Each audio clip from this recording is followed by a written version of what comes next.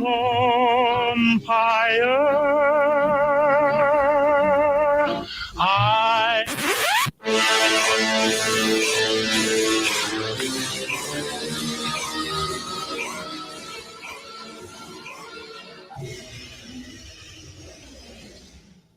Do not adjust your audio listening device.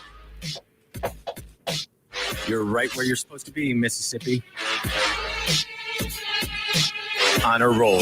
Dean's List. Cited 7 times at the EIB Institute for Advanced Conservative Studies, where there are no graduates because the learning never ends.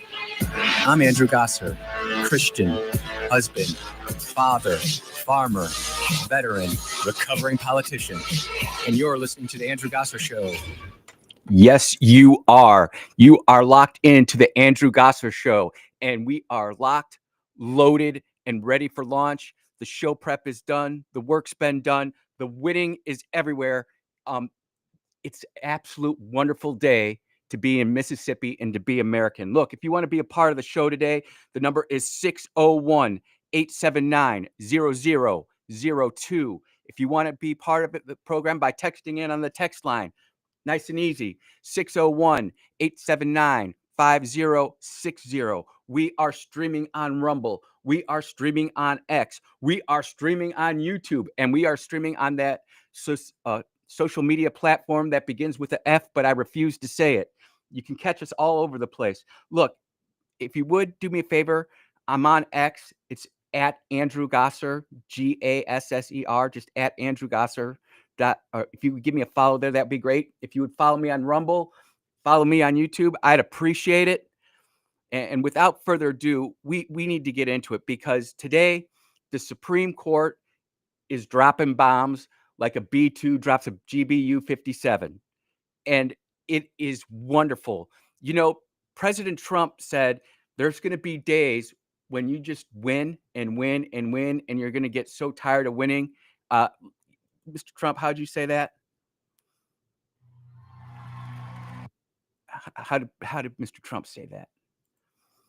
We're going to win so much, you may even get tired of winning. And you'll say, please, please, it's too much winning. We can't take it anymore. Mr. President, it's too much. And I'll say, no, it isn't. We have to keep winning. We have to win more. We're going to win more. We're going to win so.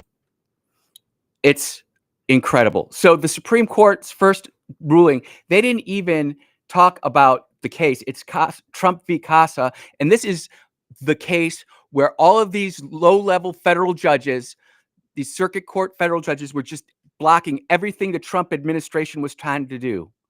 They just said, no, you can't do it. And we were getting all these injunctions, and Trump kept on having to go to the Supreme Court and saying, look, they're acting out of line. They're not acting as the judiciary. They're acting as a separate entity. They're not acting like they're supposed to. And to watch the liberals scream, whine, and cry over this is something to behold. And for this, I go to NBC News. It says the federal courts will be hamstrung when it comes to nationwide injunctions. She urged the potential plaintiffs to immediately file class action suits, a legal avenue the court left open. The Supreme Court has come out and said that the federal judges can't do that anymore. So all of these lawsuits all around the country, like in the Ninth Circuit out in California, these judges in New York, in DC, in Illinois, all of these left-leaning judges in courtrooms can't do that anymore. And it is great. And you have NBC News whining and complaining about it. It's just terrible. Liberal Justice Sonia Sotomayor read a summary of her dissent from the bench in the open courtroom, saying that the ruling was a travesty for the rule of law and an open invitation to bypass the Constitution. No, what's bypassing the Constitution is having an unelected king that wears a black robe stop the executive officer from executing his powers that are granted to him in the Constitution of the United States of America. But it gets better.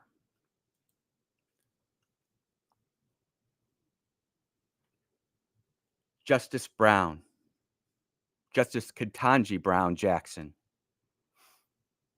wrote that this ruling was an existential threat to the rule of law. I disagree with her. As you know, Justice Ketanji Brown Jackson couldn't say what a woman was when she was being interviewing to be a Supreme Court justice. And to watch these websites like Democracy Now! Just melt down. But I'm telling you right now, I have never seen an opinion with language which I'm about to read. And when I tell you who, I'm going to read what was written, and then I'm going to ask you all to think in your head, who wrote this? Who wrote this part of the opinion? Quote, "We will not dwell on Justice Jackson's argument, which is at odds with more than 2 centuries worth of precedent, not to mention the Constitution itself. We observe only this. Justice Jackson decries an imperial executive while embracing an imperial judiciary." Is that not what we have been crying about as conservatives? That the courts are unilaterally taking action that they should have no business being in.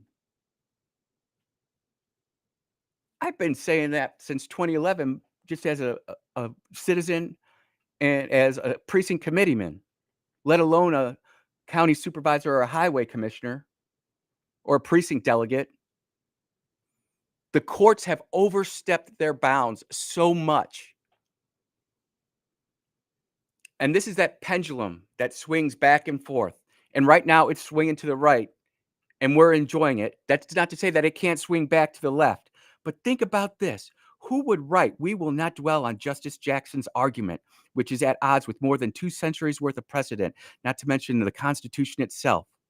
We only observe this. Justice Jackson decries an imperial executive, Trump, while embracing an imperial judiciary, all these no-name, unelected judges, kings, or queens who wear black robes and sit on a bench and can just they can take away your liberty just like that."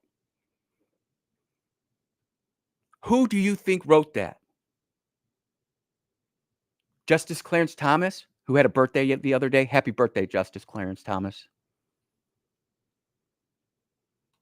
Was it Justice Alito?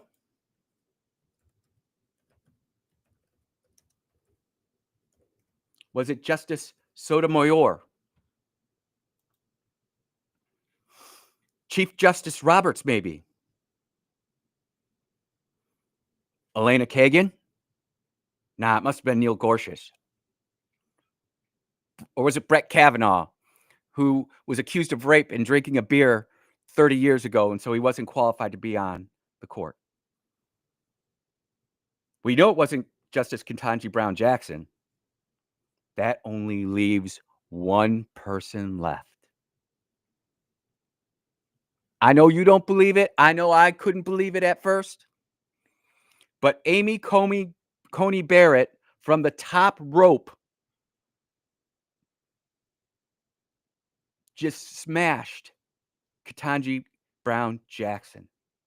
That was Amy Coney Barrett writing that in the opinion. I'm shocked. I am absolutely flabbergasted. You know, she's had some really weird rulings that so many of us conservatives have been just, quite frankly, upset about. No, Rick, I am not kidding you. Text line's blowing up. People can't believe it. Amy Coney Barrett, ladies and gentlemen. I'm still in shock. We only observe that Justice Jackson decries an imperial executive while embracing an imperial judiciary. I can't tell you how great this is, because you know what now?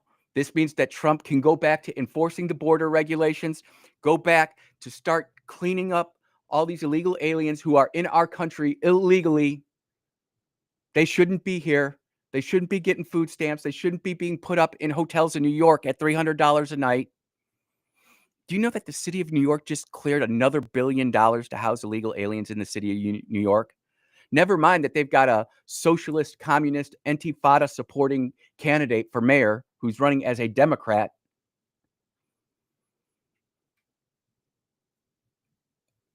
These are the moments that honestly make me realize that all of my involvement in politics is worth it. Imagine if Trump didn't win that term back in 2016. Where would we be today? Where would this country? Could you imagine all these lawsuits coming up now if these were 3 justices that Hillary appointed? You want to tell me your vote doesn't matter?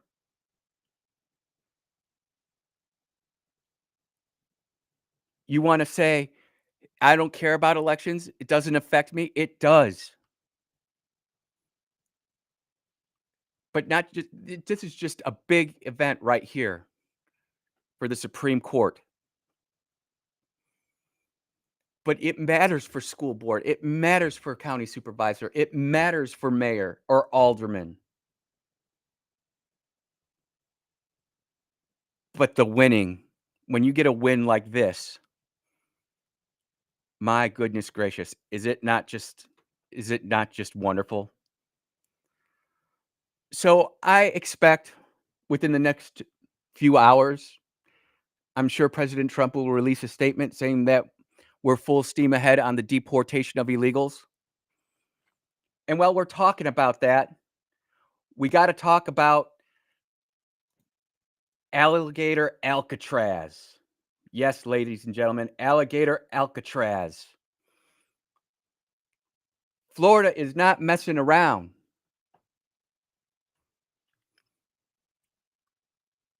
In the middle of nowhere, in the middle of the swamp in Florida, they are building a camp to hold 5,000 illegal aliens who have committed crimes until we can get them out of the country.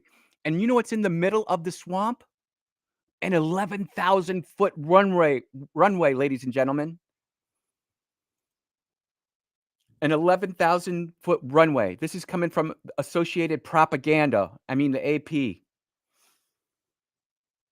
For generations, the sweeping wetlands of what now is southern Florida has been made home to native peoples who today make up the Muskogee tribe. If I've mispronounced that, I am not trying to demean the Indian tribe down there. Me and names don't work. But in the middle of this tribal land, they agreed to build an 11,000-foot runway with 6 off ramps, and it looks like a taxiway that's at least 7,000 feet long, and they're going to work. The homelands are uninhibited wasteland for alligators and pythons, as some have suggested. The Big Cypress is the tribe's traditional homelands. Yep, it's their homelands, and they allowed us to build a runway right in the middle of it.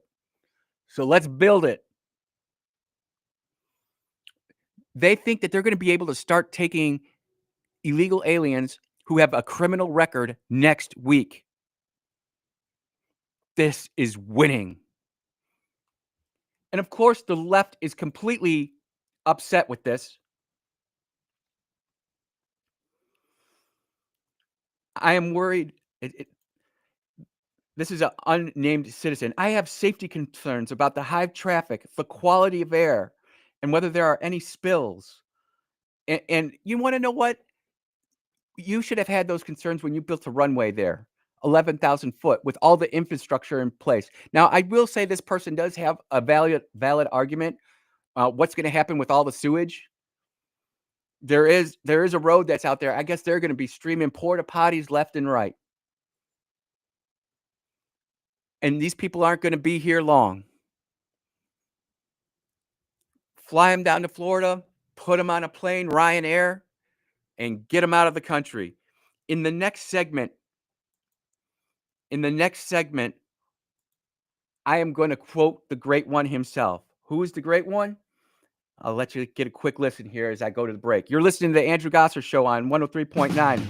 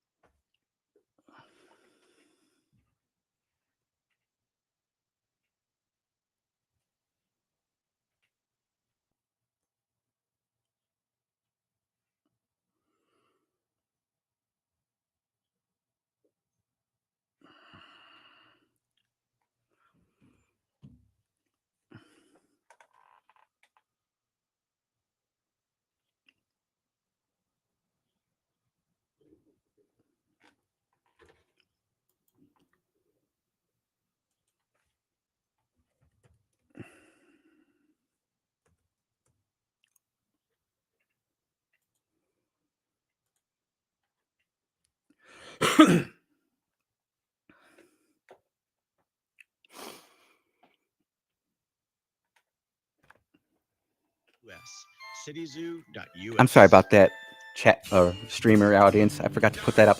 As I learn live stream and I'm figuring all this out, I'll be able to interact more with you during the breaks.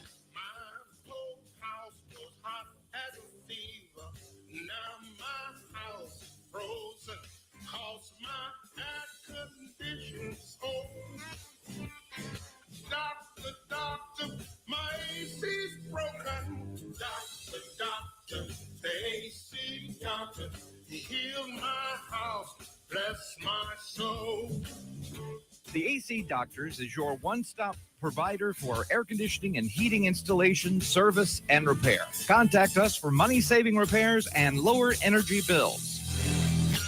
Doctor, the AC Doctor, heal my house, bless my soul. Google the AC Doctors and get some relief today. TheACDR.com. If you want the best health care, where do you go? The Mayo Clinic. If you want the best care for your vehicle, where do you go? Mayo Auto Clinic in Raymond. Mayo Auto Clinic does foreign and domestic vehicles and diesel repair. Mayo Auto Clinic has ASE certified techs with over 25 years of experience. You can extend the life of your car or truck when you take it to Mayo Auto Clinic. For cost-effective repairs and maintenance, go to the best, Mayo Auto Clinic. Open weekdays at 7 a.m. Highway 18 in Raymond. Did you know that the average 6-room house collects 40 pounds of dust each year? Local business Pure Air Consultants duct cleaning service can rid your home of the dust, dirt, and debris that may be caught in your air ducts. They can eliminate the mold, fungi, and microbes that might be growing inside your ductwork and polluting the air you breathe in your home. Mention WYAB and receive a free UV light with system replacement. Visit online at mypureairconsultants.com. mypureairconsultants.com.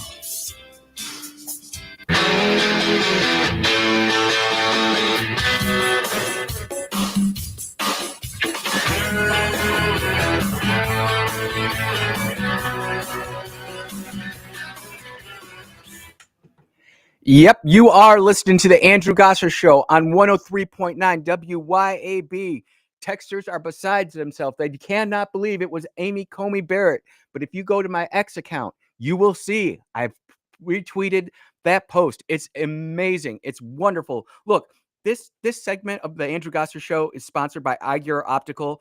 My man Bruce Bennett is the guy you need to see if you are looking for a new set of glasses. Local, right here in Pearl. Great guy, located on 2630 Highway 80 in Pearl. I have watched him take care of customers.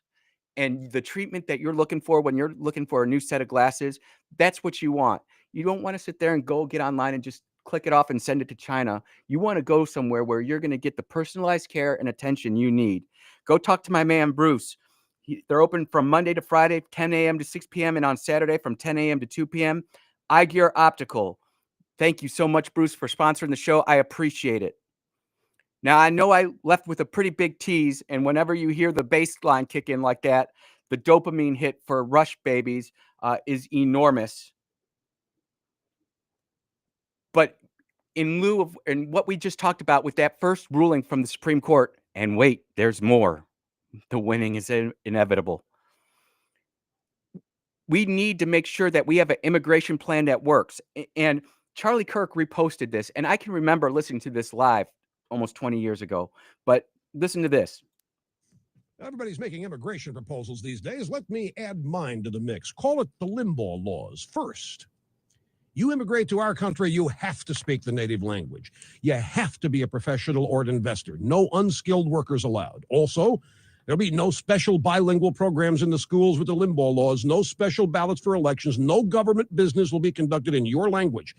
Foreigners will not have the right to vote or hold political office. If you're in our country, you cannot be a burden to taxpayers. You are not entitled to welfare or food stamps or other government goodies. You can come if you invest here, an amount equal to 40,000 times a daily minimum wage. If not, stay home. But if you want to buy land, it'll be restricted. No waterfront, for instance. And as a foreigner, you have to relinquish individual rights to the property. And another thing, you don't have the right to protest. You're allowed no demonstrations, no foreign flag waving, no political organizing, no bad-mouthing our president Wow. or his policies.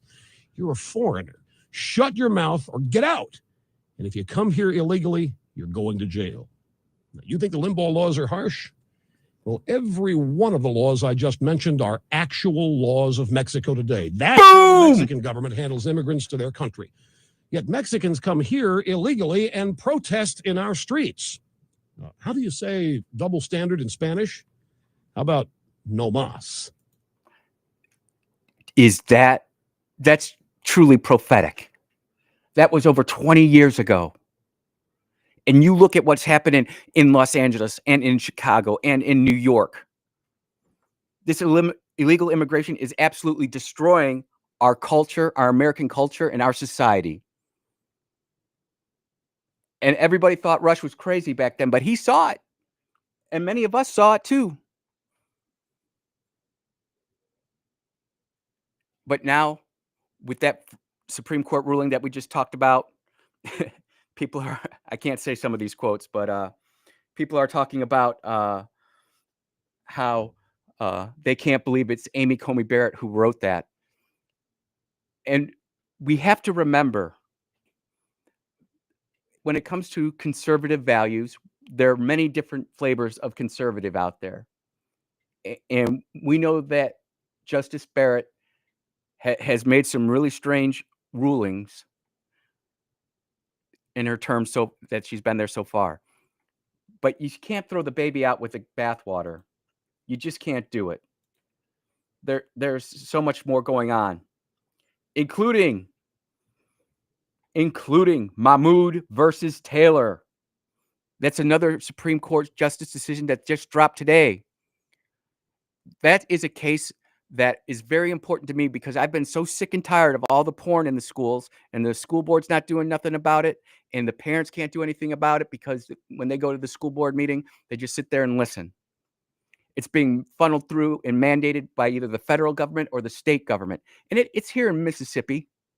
Do not think it's not, because it is. They've tried to talk about it in Madison. They tried to talk about it in Rankin, and it just got pushed to the side. Well, today, Mahmoud versus Taylor was decided. And what that is about is basically saying, look, if they're going to have certain types of curriculum in the classroom, number one, you have to tell the parents before you do it.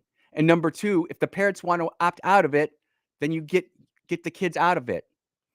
There should be no reason for homosexuality, LGBTQ stuff being taught to kindergartners, first graders, up through high school. It shouldn't be done. Teachers don't need to be doing that. Parents win today. And I know Lindsey Beckham and Sean Yerkeron are going to have a lot to say about that when they come on the air here at 12 noon about crossing the aisle. 12 to 1 daily here at WYAB.com. It is so wonderful to be back. And for those of you who really care about parental rights, those of you who really care about our school districts, this should help light a fire to go back in there and maybe go talk to all these school boards. Because I am telling you right now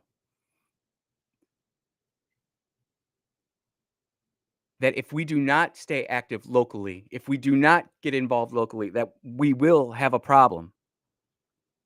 I'm just trying to get the latest update on the Mahmoud.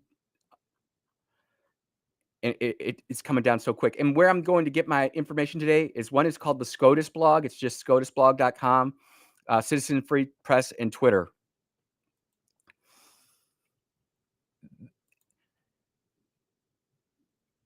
There are other decisions that are coming down, and when I get done with the next break, I will try to go there and try to glean it as quick as we can. I do have other stuff I want to talk about while we're waiting, throw in some local events. You know, earlier this week, I talked about how Speaker White was putting together some select committees. Remember, we talked about it, I believe it was on Tuesday or Wednesday, education reform, public employees retirement, the per system voters' rights, and the capital and metro revitalization. Well, the The Magnolia Tribune came out with a big article on it today that is breaking it down a little bit more. And now that SCOTUS has just ruled on Mahmoud versus Taylor, maybe this is something that we could bring to Speaker White and say, hey, can we get this injected? What can we do to make sure that the special task force on education and parental education freedom and parental rights can talk about this? It absolutely has to happen. We do not have the time. Our kids are being indoctrinated into stuff. And parents, if you are not looking at what your kids are looking on their phones and on their devices, you need to. Because they are getting attacked 7 ways to Sunday. And you know what? We win this war with the Supreme Court where we can take all that pornography and inappropriate material out of the schoolroom. That's great. But what are they doing when they're not at school? What are they looking at? And when I was listening to Sean the other day, your ground and crossing the aisle, he brought up a really great point, and I want to just expand on it a little bit. He was like, "What if the kids are looking at inappropriate material on their laptops that the school issues them? There is software and controls on there that look at that." And there were a lot of stories, I can remember reading it, where these parents were called in and saying, "Hey, look, you know your kid's looking at all this porn?" And it was actually the parent using the kid's computer to actually do it. So there is something there that needs to be decided and looked at. But I do think that those of us who are concerned citizens should reach out to Speaker White, not be hateful or anything, and just want to know when that committee is going to meet. If it's not meeting from 10 to noon, Monday through Friday, I'd want to go to it. Be respectful, be part of the part of the solution to the problem. I'm not a grenade chucker or snowball thrower. I don't like jumping into the middle of the pool, screaming cannonball and messing everything up.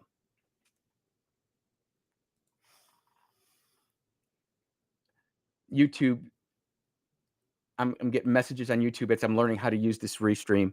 It's really awesome. The technology is out there. We've never had more power as individuals, as citizens, to communicate with each other than we do right now. And it all starts with the mothership, WYAB 103.9. We'll be right back.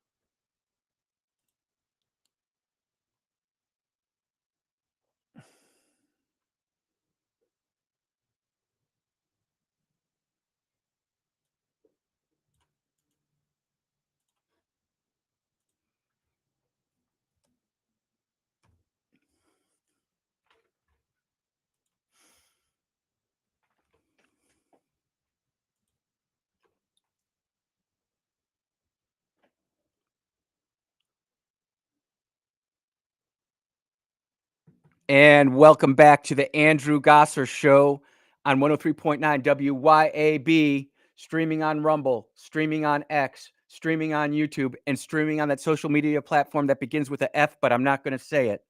If you want to be part of the show, you can call in at 601-879-0002. Text line is blowing up, 601-879-5060. Great to see you, Bruce. Yep, it's people can't believe that it's Amy Coney Barrett. Like 16 texts talking about Amy Coney Barrett. It seems like a lot of conservatives don't like Amy Coney Barrett. She was like the least favorite conservative. And then she wrote the majority opinion for Trump and his ability to have a combat illegal immigration. It wasn't Gorsuch. It wasn't Alito. It wasn't Thomas. It was Barrett. I think this is a great learning opportunity for all of us to realize that sometimes, even though someone we would think would go a certain way and doesn't mean that we absolutely get rid of them and throw them out. And this is me not saying either that we can't sit there and continue to watch what she does closely, because we should.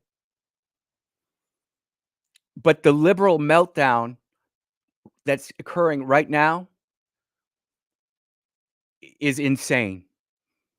Because if they can't continue to bring people here illegally and we start shipping them out, especially with Alligator Island, Alligator Alcatraz, that's Ron DeSantis territory. And everybody knows him and Trump had a good fight last year for the presidential nomination in the Republican Party. But Big Ron is America's governor. He's going to take all those criminal illegal aliens, the ones who are, committing the rape, committing the extortion, committing the drug trafficking, the murder. You're going to take them down to Florida. We're going to box them up and ship them somewhere. Maybe it'll be to CCOT down in El Salvador. Maybe it'll be to the Sudan. And that federal judge in Maryland, remember just a Maryland man who wasn't born in Maryland, who was born in El Salvador, came out. He's going to be able to be extradited now. There are so many different avenues now that the president and his administration can go out to start cleaning up our cities. And look, we just yesterday talked about the Iranian who was here in Mississippi, who was on a terrorist watch list. He gone. The winning is severe. There's some other Supreme Court cases that were adjudicated today, but one that was deferred, and I think this is really important. This is the Louisiana case. I believe it was Louisiana versus Callis. If I'm saying that wrong, I apologize. But the Supreme Court has deferred that decision because they want to hear additional arguments. This is on how to draw maps. Do you have to draw maps that are predominantly black? Do you have to draw maps that are predominantly white? Do you have to draw maps that are predominantly for the Indian population? Or how do you draw maps? And look at what's happened in Mississippi. The 2nd Congressional District is drawn very interestingly. Nothing as interesting as if you ever looked at an Illinois congressional map. It looks like a bike wheel and spokes just shooting out of Chicago, reaching all the way across Illinois. Some districts are like 200 miles long. Not 300, but 200 miles long. They alligator out all over the place. People who have absolutely nothing in common with each other. So that case has been punted. They're going to look at it a little bit later. Here's another thing that the Supreme Court upheld is the FCC's ability to form a corporation and dole out money. The broadband fund. And Mississippi, I believe, has got a lot of money coming to the state with this broadband fund. Are we going to go build fiber lines out in the middle of nowhere to service 15, 20 people, or you just buy them a Starlink and say, we're going to pay you for the hardware. We'll get you the hardware and we'll subsidize you for a year. But after that, you have to pick up your own cost. That's legal now. It was a 6-3 ruling. That case was the Federal Communications Commission versus the Consumers Research. And this was argued back in March. So this is going to be running broadband, not just to homes, but also to hospitals, schools, low-income communities in urban areas. Do we really need to run fiber out there, or do we just get them a Starlink?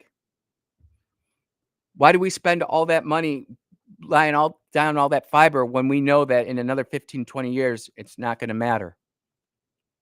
It's kind of like running telephone lines, don't you think? Back in the day, everybody had to have that telephone line go into their room. I mean, I know my Zoomies and Alphas out there who do listen. I know you can't comprehend having to walk to the wall, pick up a phone, a handle with a wire hanging off the back of it. And if you were lucky, it was like one of those long 20-foot cables. So you could kind of walk into the other room and have a little bit of privacy when you were talking to your friends on the phone. Same thing with internet. I do think there is a place for hard infrastructure. You know, our hospitals, our universities, our schools. I could see the need for running fiber to that. But running out to these rural areas where you're going to be spending hundreds of thousands of dollars to service 5 people, I do not agree with that. And is there a better way for us to deliver services? But Andy, that's going to a private company. Well, isn't Verizon a private company? Isn't AT&T a private company? These people who own all these fiber lines, aren't they private companies? Well, it's Elon. I would humbly argue that Elon and what he's done with SpaceX and Starlink has done more for humanity on the whole than AT&T or Verizon or any of these other cellular phone companies who are going to be running this fiber. Starlink's in Ukraine. Starlink is in Iran.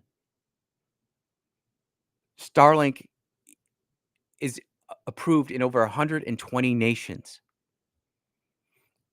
$560 gets you the terminal, and then I think it's like $120 a month. This isn't an advertisement for SpaceX and Starlink.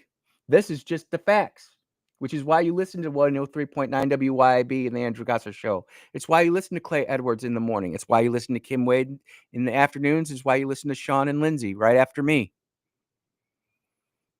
Because we're going to tell you, it might not be what you want to hear, but you can always backtrack it and go back and see, yep, it is factual in nature.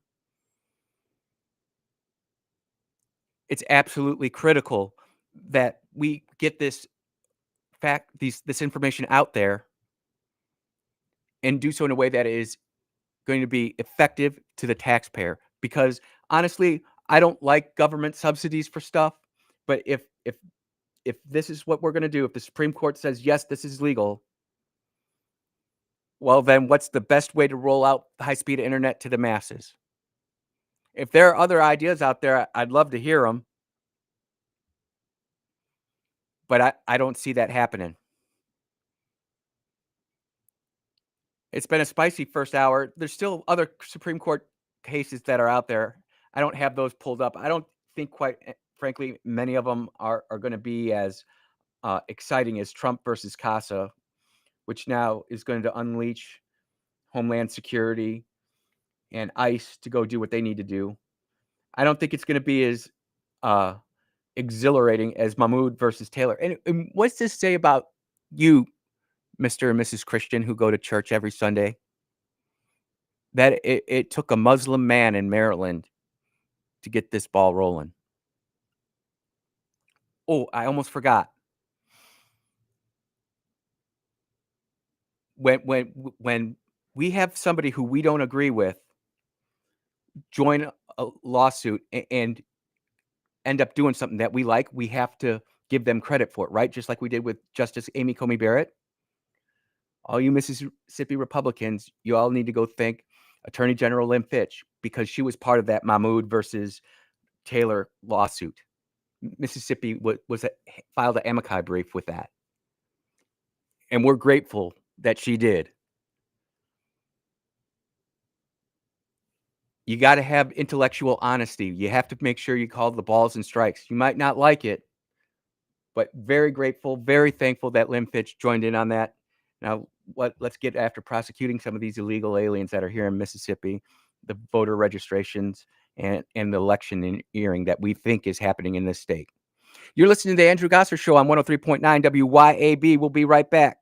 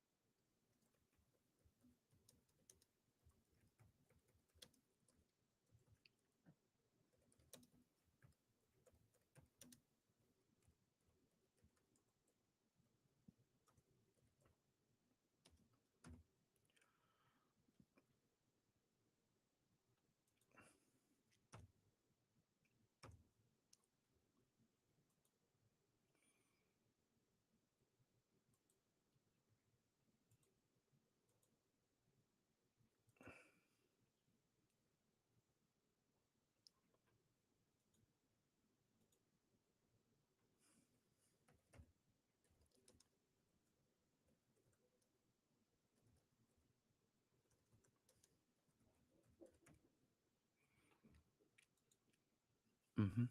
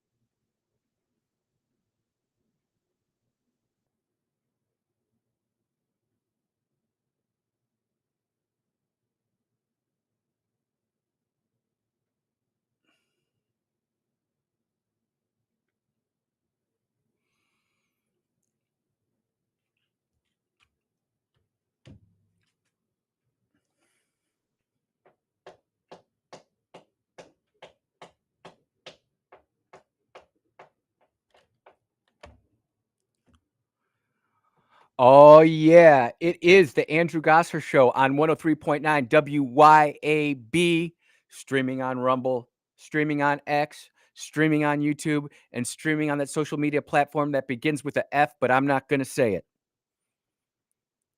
What a great first hour we had.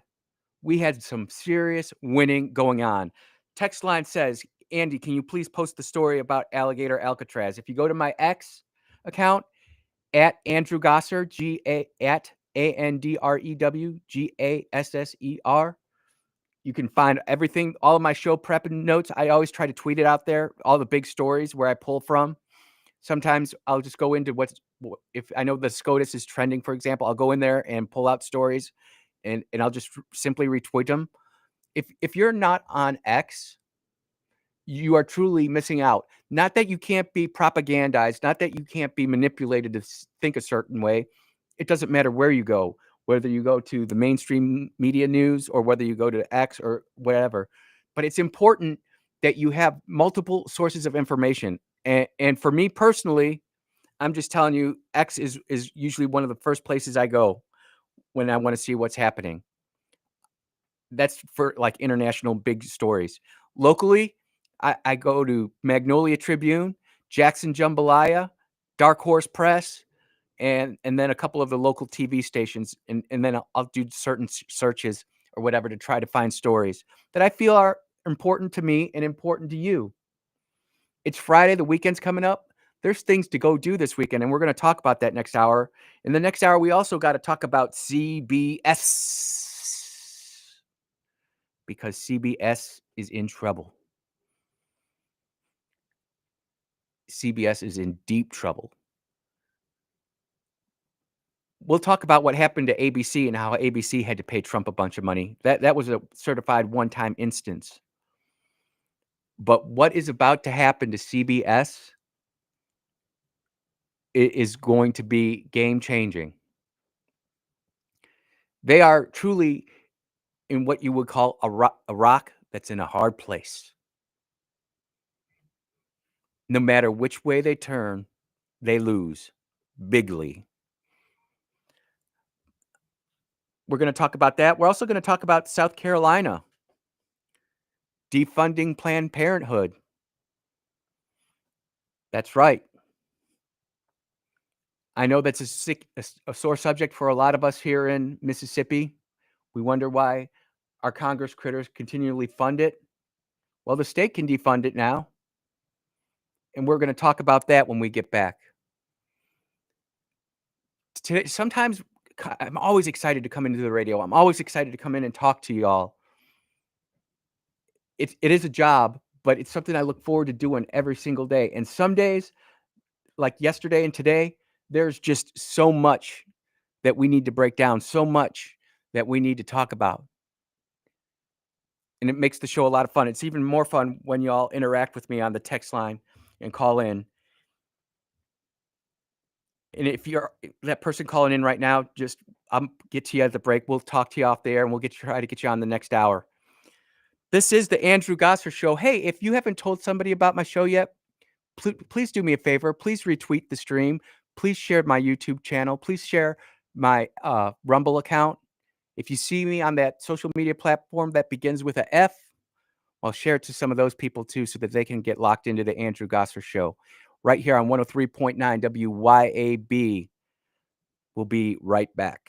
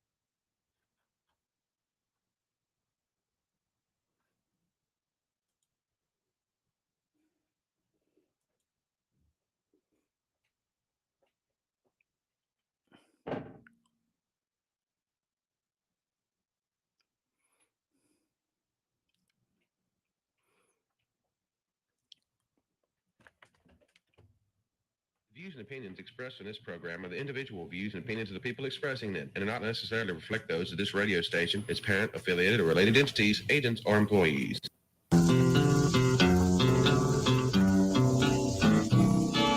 I don't want to set the world on fire.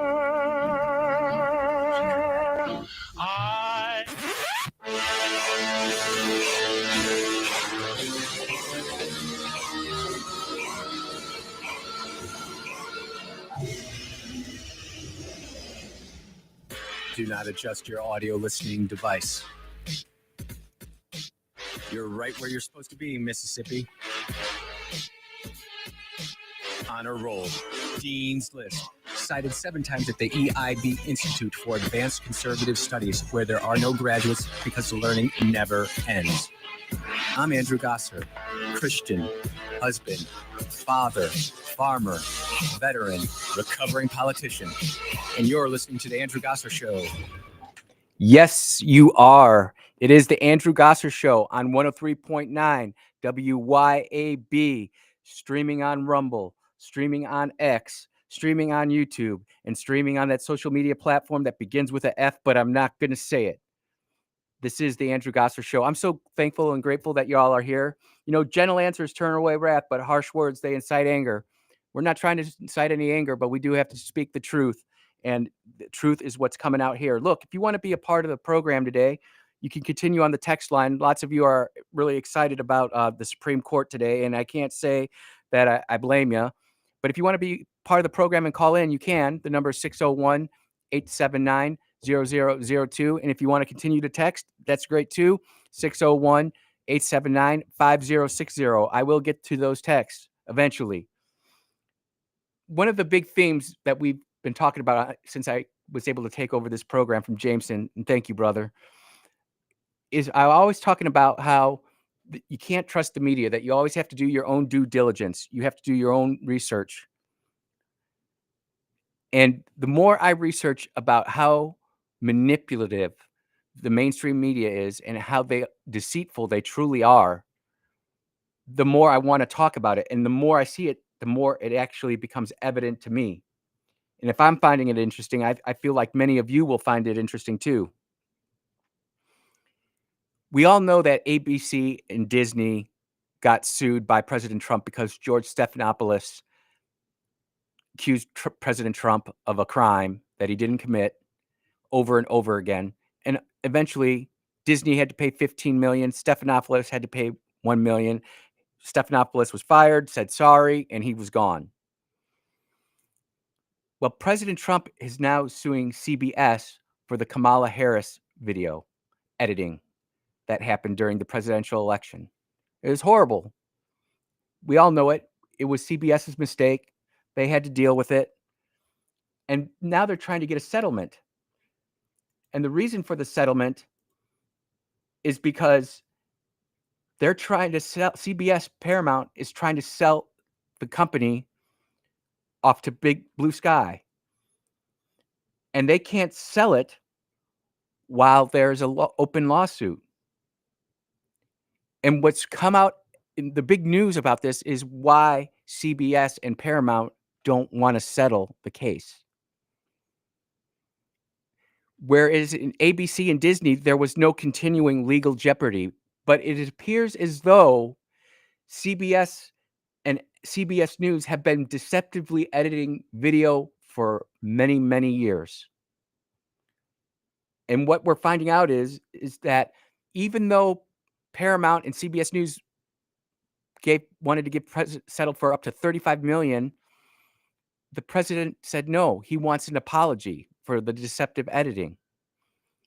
And where this gets into the legal quagmire is if they admit, yep, we're sorry that we deceptively edited your video with President Trump, it's going to actually open up other people who have said, hey, they deceptively edited my interview with CBS too. And for those of you who know me and the Northwest Herald, I know what it's like when a reporter takes your words and twists them into something that they're not. It's infuriating. And so now Paramount's like, well, we don't want to do this. Paramount's hesitancy to make a deal prompted members of Trump's legal team to maintain its initial bargaining position and demand even more money to end the protracted legal dispute, according to people close inside the matter. And I'm reading this from the New York Post. I'll definitely give this a retweet right now while we're talking, because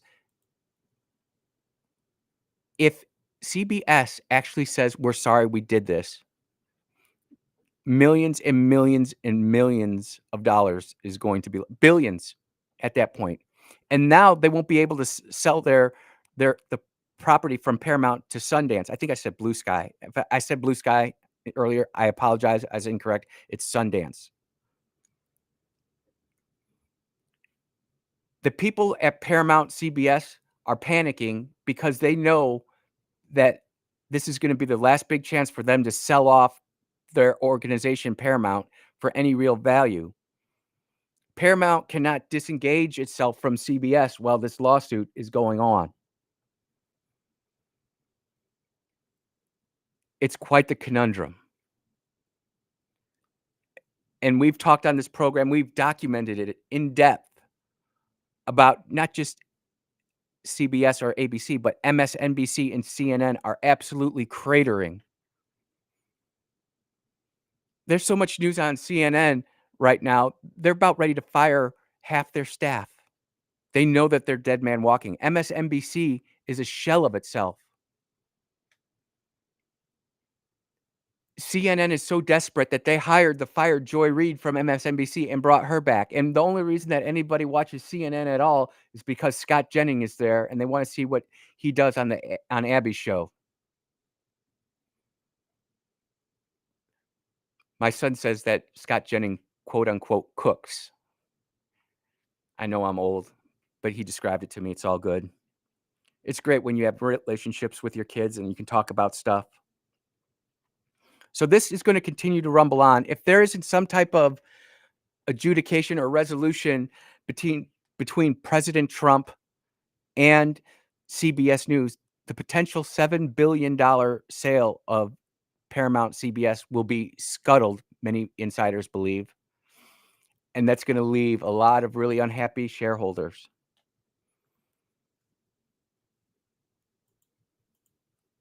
I want to make sure that I got everything out of the story that I needed to get rid of. The $35 million settlement was recently floated and considered by both sides, according to two sources, as negotiations over the $20 billion lawsuit enter their 6th month. The impasse threatens to throttle a bigger prize, media heiress Shari Redstone. And this Shari Redstone just seems to turn up everywhere in media circles. And it's not $7 billion, it's $8 billion.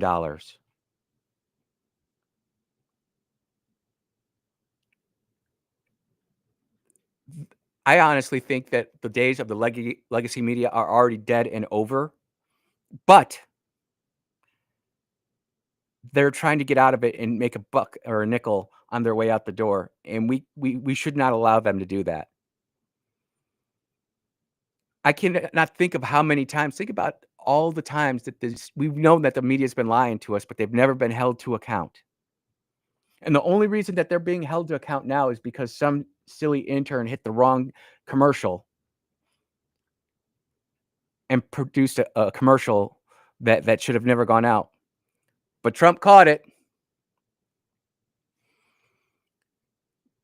The other big news, and this came out of the Supreme Court yesterday after I went off the air, but I do want to talk about it because I feel that the more we start looking at these scams that the left has put into government, whether it be the NGOs that Doge has found or things that have been around for a long time, like Planned Parenthood, we're being forced to pay for them. South Carolina sued to defund Planned Parenthood. I know that we've asked about that a lot here in Mississippi. Why are we funding them? Why are we funding them? Well, they do all these other things. Well, South Carolina said they had enough of it. And they took it to the Supreme Court. And you know what? They won. Guess who else filed an add-along briefing to South Carolina? Mississippi Attorney General Lynn Fitch. So that means not only did Mississippi lead the way with the Dobbs decision, but Mississippi also joined South Carolina in defunding Planned Parenthood. It will be really interesting to see what Mississippi does now, because there's the precedent. We can defund Planned Parenthood. People say, well, they can't go get their or women can't go get their breast examinations, or there are other examinations that they need to get.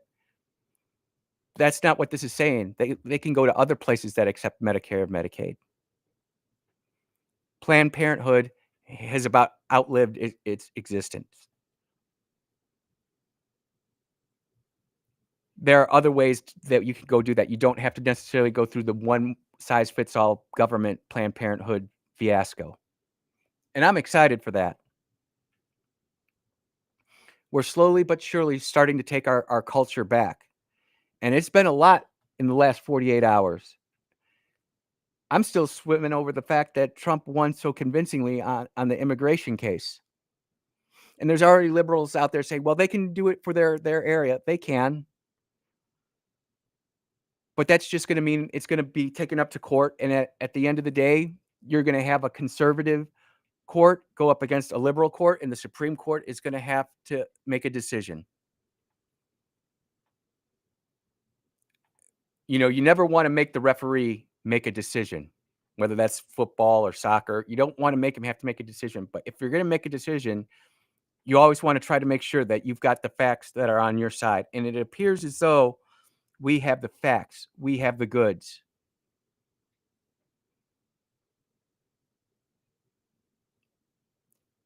Again, this is another theme. We talk about it often here on the show, is how we can be involved locally and actively to make sure that these things happen.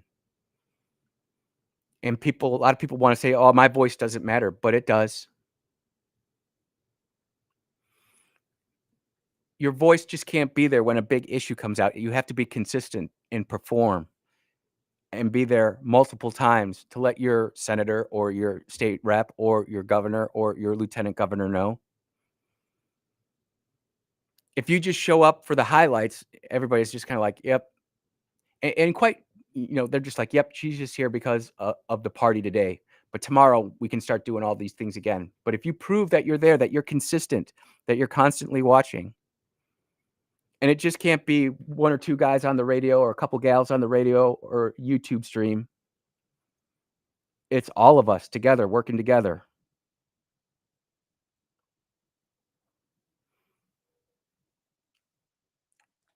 It's a lot of work. And quite frankly, it's not always glamorous. The long drives, driving up 2-3 hours to go attend a school board meeting that maybe is not necessarily in your county, but you're trying to support the people who are trying to get out there to do it. It might be a long drive for you to attend Speaker White's commission on education rights, voter integrity. But there's enough of us who are watching. It's incredible, the engagement in the show. There's enough of you who I know who are listening right now that if we all engage, we can move the needle locally. And it's much easier to move the needle locally than it is federally. I also know, just like my man Rick out there, I know he's working right now. Doesn't have time to do it. He's working too much, runs his own business. I get it. But you never know who you're going to find. You never know who's going to be the next man up, the next woman up. I better be careful how I say that, because the lady from Fox News will get mad at me. She'll start ripping on me. You'll never know who you're going to influence, who may be that breakthrough, that game changer. And I view America much more positively after the things I saw today, after the things I saw yesterday. And even when we're not necessarily winning, it's not to say that I don't have bad moments, but I don't have bad days. When we get back, we're going to talk about some more local news that I garnered up here. And this weekend, I'm kind of curious, what is everybody doing this weekend? The Sweet Bee is in Honduras. She comes back tomorrow. Looking forward to that. Doesn't get into late, though, so we probably won't be doing too much this weekend. But I'm curious, I'd like to hear what other people are going to do this weekend. You're listening to The Andrew Gosser Show on 103.9 WYAB. We will be right back.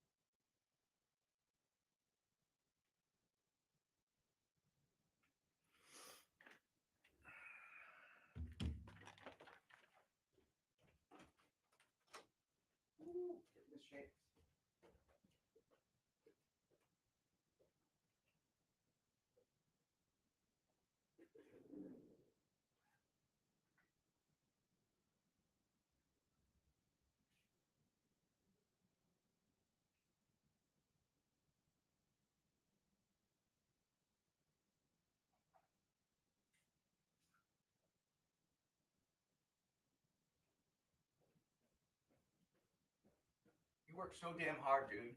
I don't think people realize how hard you work.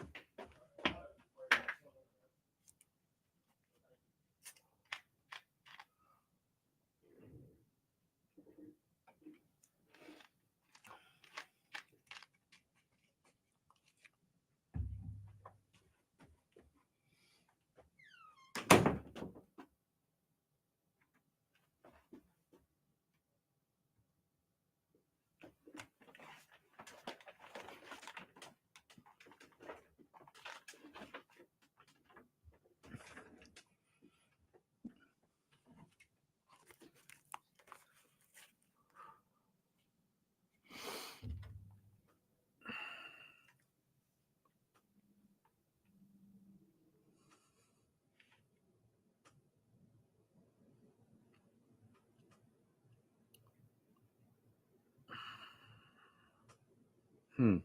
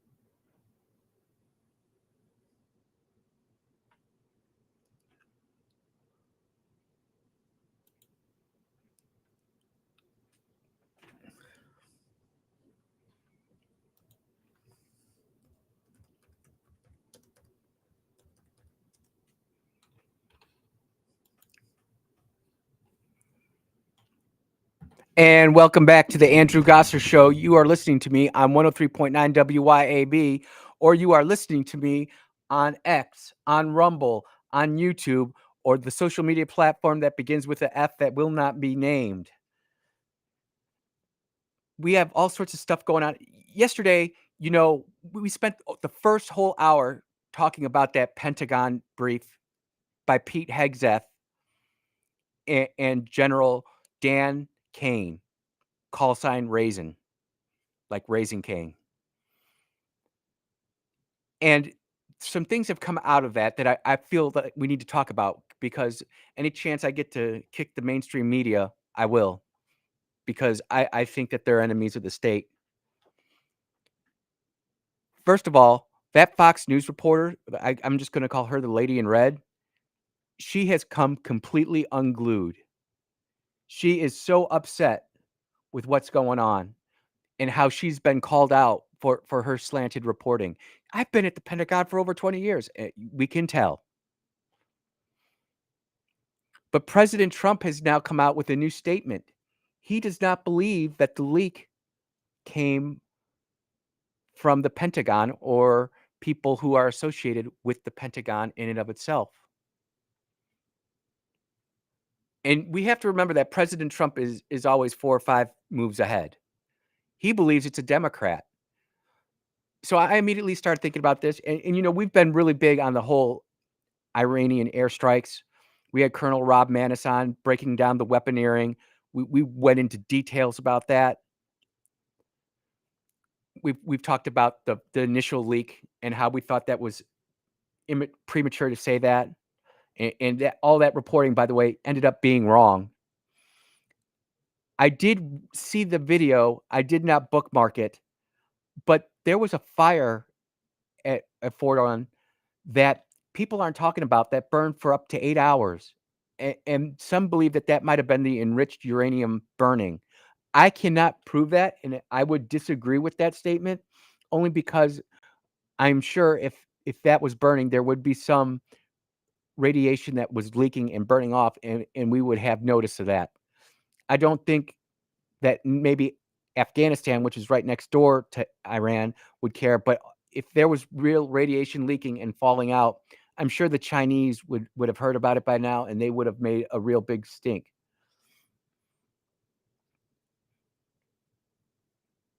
But the success of that was completely over the top. And the fact now that President Trump is coming out saying that he thinks it was a Democrat who actually leaked the information,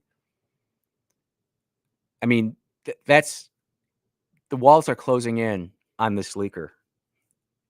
And leaks, for me as a military man, and if you're a law enforcement officer, it doesn't matter where you're at, even if I necessarily agree with you or disagree with you, loose lips sink ships, and we cannot afford to have leakers telegraphing what the United States military is going to do.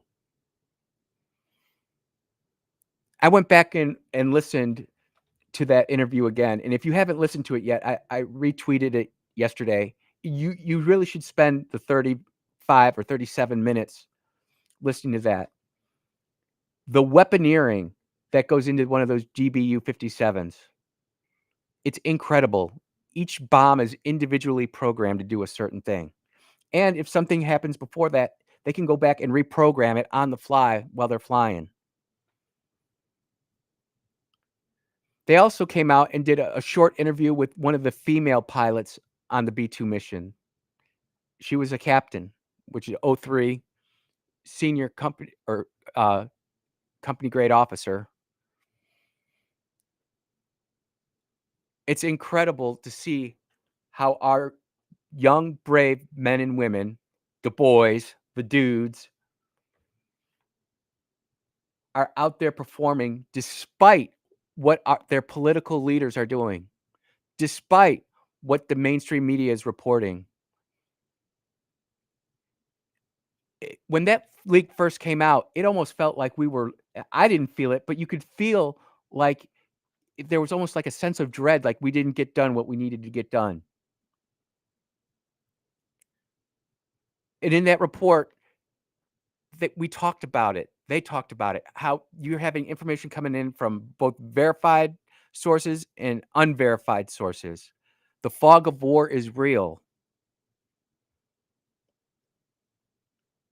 And the press was using it to try to get after our president, try to knock him down a notch, because it doesn't matter whether they're CBS, CNN, MSNBC, Fox News. If they can take a shot at President Trump, they're going to. The TDS is real. As time unfolds and we learn more about the strikes, and I do believe that they will give a little bit more about the success of those strikes. We will see that they were really successful, number one, and that number two, the military, and I hate to say it like this, but it kind of is, right? You got to call it like you see it. The military industrial complex is legit. They're building 30,000-pound weapons that are accurate within 9 inches from thousands of miles away, and they can program them on the fly. It kind of makes you wonder what the next future of warfare is going to be like. Whether it be drone warfare, cyber warfare. I do know one thing. The press is a definite battlefield. That is a war ground. It is a battle zone. The propaganda is real. And now it's not so much that it's propaganda at this point, the success, but the fact that one side of the aisle tried to propagandize a negative effect over that. And by the way, we are going to come to a day where we have a bad day on the military battlefield, where we don't have the success we want to get, where we're going to lose an airplane or we're going to lose a soldier or sailor. We might lose something bad. And the propaganda that's going to be made out of that, we have to protect ourselves from that. And a big part of that, if you haven't noticed about the propaganda, how AI has been using that. I didn't even realize this till one of my buddies last night sent me, hey, did you see the Iranian AI on the F-35? The Iranians used F-35 crash on the ground saying that they shot it down. It's funny because the airplane is crashed on the ground smoking, but the afterburner is lit. It's so silly. And we laugh about that now, but as AI gets smarter, the deep fakes are going to be better, and we are going to have a very discerning eye. I know I've been national a lot the last 2 days, but it's just the national news, and it's what interests me, and I hope it interests you. When we get back, we got to talk about making Mississippi healthy again. Commissioner Gibson's out there talking about that. We also got school sales tax is coming, where we don't have to pay sales tax on our school supplies. And I want to talk about that. I always want to be active part of the community, engaged with y'all. You're listening to the Andrew Gosser Show on 103.9 WYAB. We will be right back.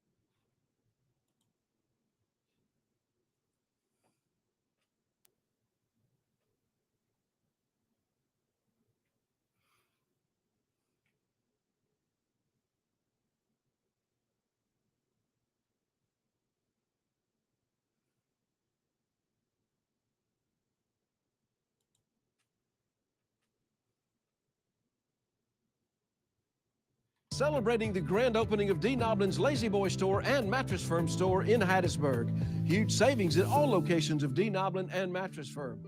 47 years of quality, style, and comfort, plus fantastic savings. D. Noblin and Mattress Firm. Next week, your grocery bill could be a little lower after the state's grocery tax reduction goes into effect. Our Mackenzie Foster spoke with the state's Department of Revenue to learn what you need to know. In Mississippi, starting on July 1st, some of your groceries will be taxed at 5% rather than the current 7%. The legislature of the state of Mississippi adopted a bill signed by the governor that reduces the tax on groceries. The reduced tax does not apply to all groceries. Fruits, vegetables, meat, dairy, and bread are eligible for the reduced tax. However, things like hot deli meals and alcohol will continue to be taxed at 7%. For groceries, grocery items that you're purchasing that are eligible to be purchased with food stamps or SNAP benefits, those items will now be taxed at 5%. The State Hey, Department what's going of on? Revenue says there have been some questions. This is. Okay, well, it's a difference when the Democrats make a mistake. Hillary Clinton said, "What difference does it make?" Hey, you want to get on the radio and talk about that? Sure. All right, I'm going to put you on hold for like the next 2 minutes. It's going to be quiet, but I'll what's your name, brother? Lewis. Lewis. I'll get to you right once we come out of the break, all right? Okay. Thank you, sir.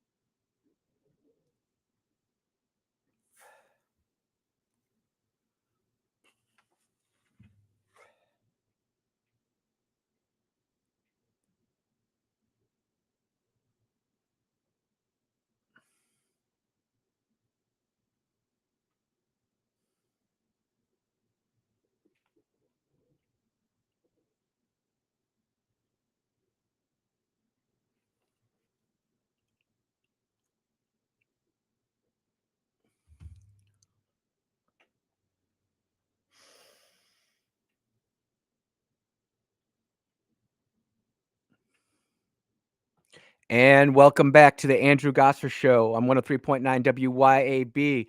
Lewis has called in. Lewis, are you there, sir? Yes. Hey, Andrew. Hey, how's it going, my man? Well, it's a stark difference when there's a mistake made or the mission goes wrong with the Democrats. We have Hillary Clinton going, "What difference does it make?" Oh, that's right. They do that all the time. Yeah, they don't seem to count for death. And then their motto is with all these immigrations here, the immigrants, that immigrants is what made this country great. Well, tell that to the Indians. I would agree that there's a definite aspect to that. And I'd also say this, and let me know what you think, Lewis. I think the immigrants that came back here in the 1800s and 1900s, early 1900s, they all wanted to be like Americans. They took their culture, but they became Americans. They didn't try to turn America into Italy or Germany or Ireland. They adopted what we had going on over here, which is not what's happening now, in my opinion. But the sad truth about it is the Democrats aren't being untruthful, saying immigration is what made us great. The unfortunate thing is the patriots in this country are the American Indians, and they see the immigrants coming in as the ones who are going to destroy us. They do. And it kind of makes it interesting, that how the Indians were moved out and kicked out, and now we have small reservations for them, but we sit there and they just get kicked to the side to these people who are immigrating now and not having to go through any of the things that immigrants before had to go through. No, because they want them here to destroy us. Exactly. Lewis, I appreciate the phone call. You got anything else? Oh, that's it for now. Hey, I really appreciate you giving me a call. I hope you continue listening. Call back again soon, all right? Sure. Yep. Bye-bye. That was Lewis, everybody. This whole immigration thing will rumble on forever as long as we're a country, because we are a nation of immigrants. but we're all here legally. And these people who have come over here to do our country harm, ill and disservice, that's not what this country is about. If you're not here because you want to make your life better, if you're just here to incite problems, to protest, to wave a Mexican flag in LA, do you notice how like all those Mexican flags suddenly went away once they realized that they were actually having a full-blown insurrection in LA? They're all gone, and now they were using American flags. Isn't that funny how that works? We could talk about immigration all day, but I do want to talk about something that's going on. Andy Gibson, our agriculture commissioner, launches Make Mississippi Healthy Again, and we all like MAHA, Make America Healthy Again. I don't think there's anybody who cannot agree with that. We need healthy food. We need sustainable food that's healthy and nutritious for us, not so processed like is out there. It's funny how many of these kids today don't even understand how to make a pancake or go make a sandwich. They have to have everything just done for them. It's insane. But during a stop at the Mississippi Farmers Market in Jackson, Ag Commissioner Andy Gibson said that the initiative mirrors the Make America Healthy Again executive order signed by President Trump. We're going to go ahead and we're going to start educating our kids on how to eat healthy. If you eat unhealthy foods, you feel unhealthy. But he said, if you eat healthy foods, you feel healthy. And that's true. I can say that for myself. You know, we have a farm and I eat a lot of the stuff that's homegrown, mostly lamb, chicken, pork, all that's grown on the farm. And I can tell you that I can taste the difference and I can genuinely feel the difference too, as well. I can taste the difference between a vegetable that's grown in someone's backyard or on a farm, and I can tell the vegetable that I bought at a Kroger. I'm not saying that we don't need that kind of system of delivery of food, but we need to get back to where agriculture is more locally sourced. We talked about buying stuff here that's here grown locally in Mississippi or here in the United States compared to overseas. And if you've never seen some of these documentaries where you look at where like tilapia from China is raised, or where these fish from Vietnam are raised, it's completely different standard than if you buy like a Mississippi catfish or crawfish from Louisiana. It's completely different. And I just think that when we have places like this where we're promoting local food, I mean, it almost makes sense to me. And we had to do this when I was in elementary schools. We had to grow things every year. From kindergarten to I think 4th grade, every year we had to grow, whether it be tomato plants, flowers. I can remember growing corn, and it was like they were teaching us the importance of being able to grow your own food, and we don't have that anymore. But Andy Gibson was promoting the 72 farmers markets and dozens more farms, highlighting the Magnolia State's legendary or leading industry, which is agriculture. And I honestly want agriculture to continue to be Mississippi's leading industry. They estimate by 2030 that the United States is not going to be able to produce half the food it needs to survive. We're going to have to import that. That's like a risk to our sovereignty. That is downright frightening. Why we're not promoting and generating the next generation, or promoting and producing the next generation of farmers is beyond me. And we got to make it so that the barrier of entry into that sector, agriculture, is affordable. Farming is expensive, and the inputs, if you're not an organic type of person where you have to go buy the fertilizer and tractor to till it all up and do all that, it's expensive. If I had to, the amount of feed, if I had to actually like pay to buy grain to feed all of my animals, I couldn't make money. I'd be losing money.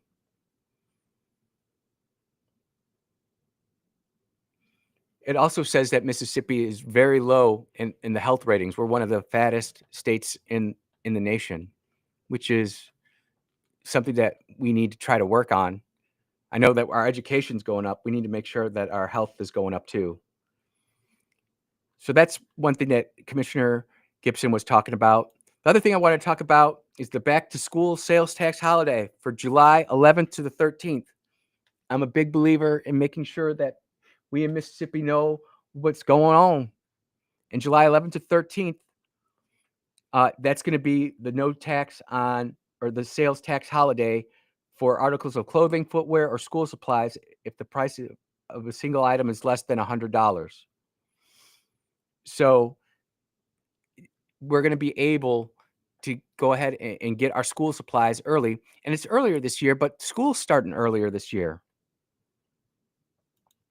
which is crazy. I always thought that we wanted to start school later in the year after the work in the fields were done, but I guess we're growing less and less on our kids to help us on the farm, which is a bad thing in and of itself too. The work ethic that comes from being on a farm, I'll tell you what, it's pretty incredible to watch some of these kids go out there and do the work. So that's what's going on. And then next week, you're going to notice a decrease in your grocery bill. The grocery bill for Mississippians could get a little lower after the state's grocery tax reduction goes into effect. Starting on July 1st, not all groceries, but some groceries will be taxed at 5% rather than 7%. But then our gas tax went up 3 cents per gallon. So that's where they're going to make it back. The legislature and the state of Mississippi adopted and signed by the governor reduces tax on groceries. It does not apply to all groceries, though. Fruits, vegetables, meat, dairy, and bread are eligible for a reduced tax. However, things like hot deli meats and alcohol continue to be taxed at 7%. And I don't have a problem with that. I think if we promote our healthy food and make it more affordable for people, we'll go to do that. A lot of these processed foods, I mean, it just makes you sicker. And we can kind of see that when we look at our kids now compared to when we were growing up. But there's a lot more that's going into that as well. There was one more thing. Oh, this is the big thing. And this is going to offend a lot of the libertarians and liberals out there, and quite frankly, a lot of Christian men too, and women.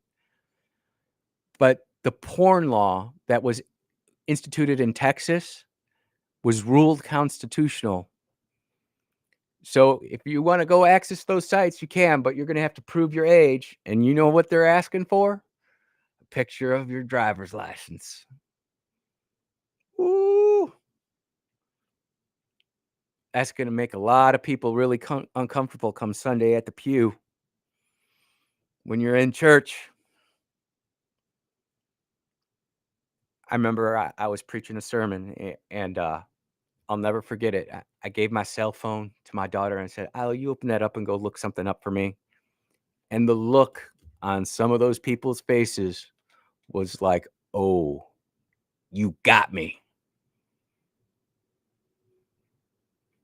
You know, when we were growing up as kids, pornography and all that, it wasn't prevalent at all compared to today. Where when I go and I look at a reel on Facebook and it hears me talking about AI, all of a sudden AI images start coming up. And I'm like, I don't want none of that nonsense. It is out there and it is being pushed. But the Supreme Court said, no, you can do that. So we'll see what happens with that. We'll see how much of a topic that becomes in the future. We got one segment left to go. You are listening to the Andrew Gosser Show on 103.9. We'll be back to finish off the show for a 48-hour weekend break. Can't wait. We'll be right back.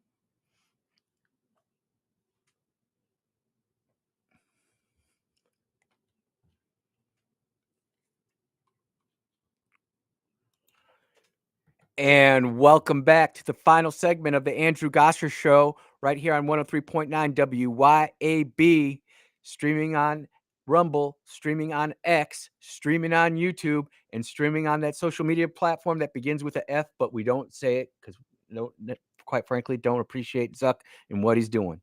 And, it's been a great show. I'm glad that we were able to sit together this morning. It just seems like all the breaking news hits just as we're about to get on the air. And we're the first ones who get to sit down and actually talk about the breaking news of the morning, whether that be state, federal, or international. We'll cover it all here on the Andrew Gosser Show. And I want to make sure that you're all that you're invited. And if you wouldn't do me a favor, invite some of your friends to listen in too. Let's grow this thing and make it big. This weekend, there's a lot of really cool things going on. Many of you know my wife is in Honduras, so I won't be necessarily going out to any of these events, but there's ones that I wish I could go to. And one of those is actually going to be in Canton. It's the balloon festival that they have. And it's really exciting. When I grew up in Illinois, we actually had a balloon port in my hometown. And I would actually help launch the balloons on every Wednesday night and every Saturday night. I'd actually be part of one of the crews there. And it was a lot of fun. They trusted me. And 9-year-old helping to launch a hot air balloon. Probably today you go to jail for that. Text line's blowing up.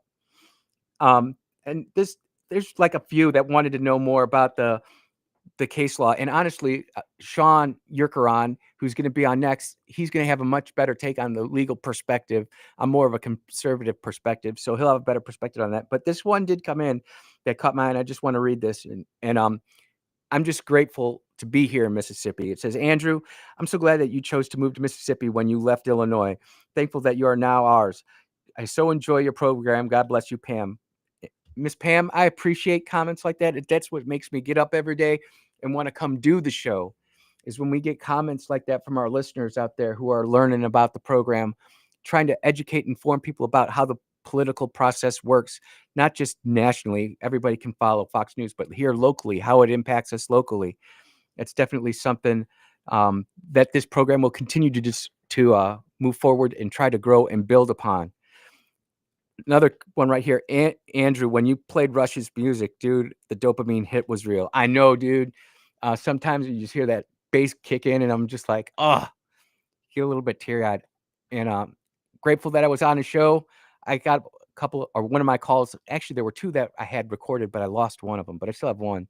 I might play that sometime down the road. And it's something, when I see a Rush clip retweeted or put out there on social media, I'll try to incorporate that into the show. I don't want to make it too much about living in the past. We've got to move forward. Rush is gone to be on with the Lord, and God willing, I'll be there to be up there with them. But I think, again, we talked about it this week about getting rid of the Confederate statue in Brandon. We can't forget that. I'm not saying it's a bad thing that, we talk about the horror of slavery, but we've got to remember our past. And when we can bring back the past, whether it be listening to an old clip of Rush or talking about the civil rights movement back in the 60s. And this weekend at the Civil Rights Museum, they're having an event. Where is it? I want to find it real quick. I can't find it. Oh, here it is. A celebration of joy. It's going to be tonight at 6 p.m., honoring Dr. Robert Smith and Reverend Rims Barber at the Civil Rights Museum. If you're looking for something to do with your family, go out there and do something like that. Go to the Balloon Festival. Let's go ahead and have fun. You were listening to Andy Gosser Show on 103.9 WYAB. We'll see you next week.